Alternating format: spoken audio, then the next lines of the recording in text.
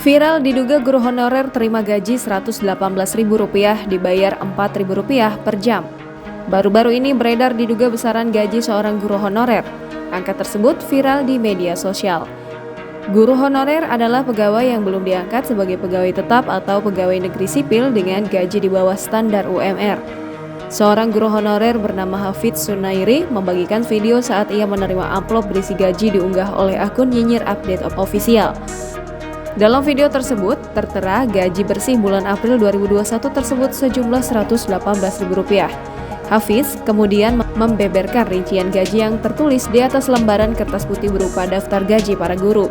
Di situ dituliskan gaji pokok bulan April sebesar Rp96.000 per bulan dan diberikan Rp4.000 per jam setiap kali tatap muka. Gaji yang bikin nyesek itu pun mendapatkan beragam komentar dari warganet. Netizen pun merasa prihatin dengan nasib guru tersebut. Diketahui gaji guru honorer didapatkan dari bantuan operasional sekolah yang dikucurkan pemerintah per 3 bulan sekali. Artinya guru honorer menerima gaji setiap 3 bulan sekali.